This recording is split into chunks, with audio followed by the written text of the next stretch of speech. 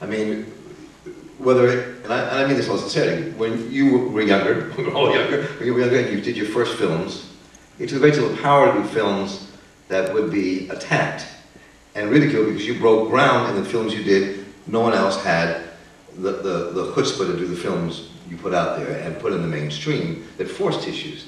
In AIPAC, in my community, in the Jewish community here in Baltimore or around the country, there are a lot of people who don't like what AIPAC does.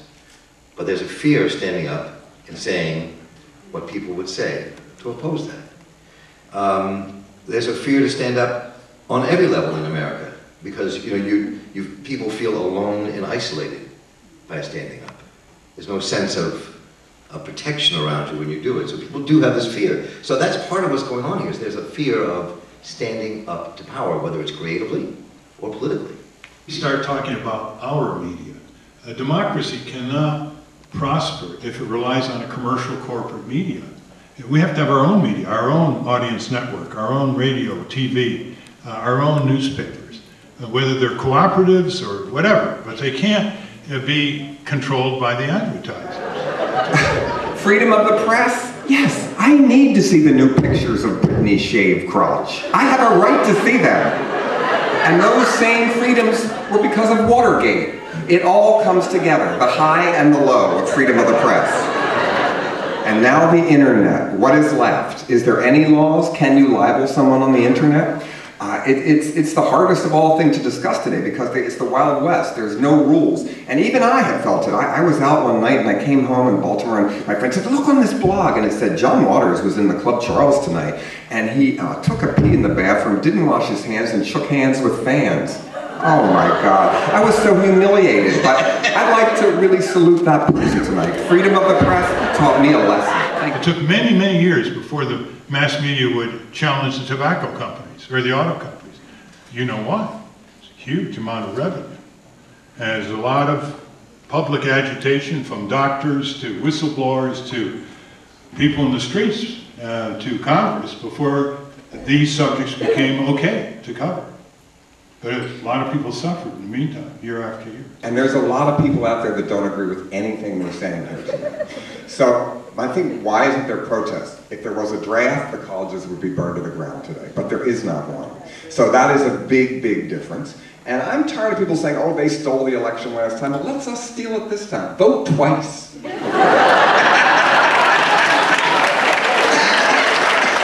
You're saying you think people should be required to vote? If they decide in a majority referendum, that would become a duty of citizenship, just the way jury duty is, which takes a lot more time. That does exist in 52 democracies. Pardon? Required voting does exist in 52 democracies in the world.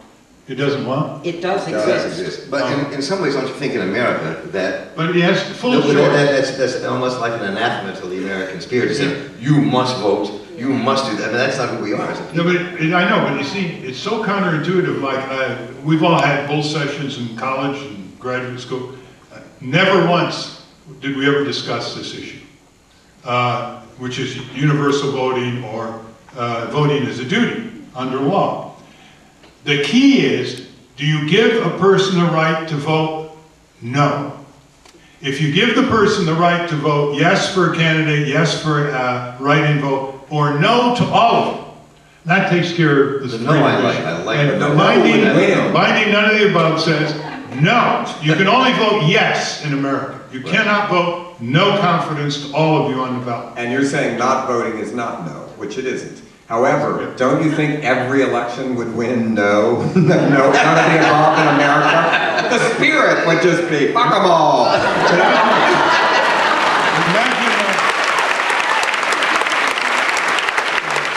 Talk about this with us, and I see to my right that Furman de Brabander is standing there, which means what? It means you are now obligated to go out and exercise your right of free speech. Thank you for coming.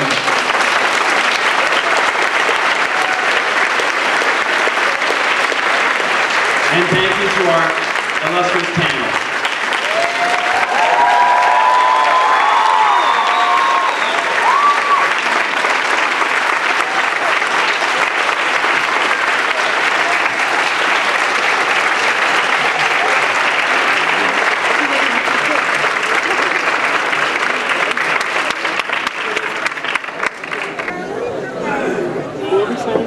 Thank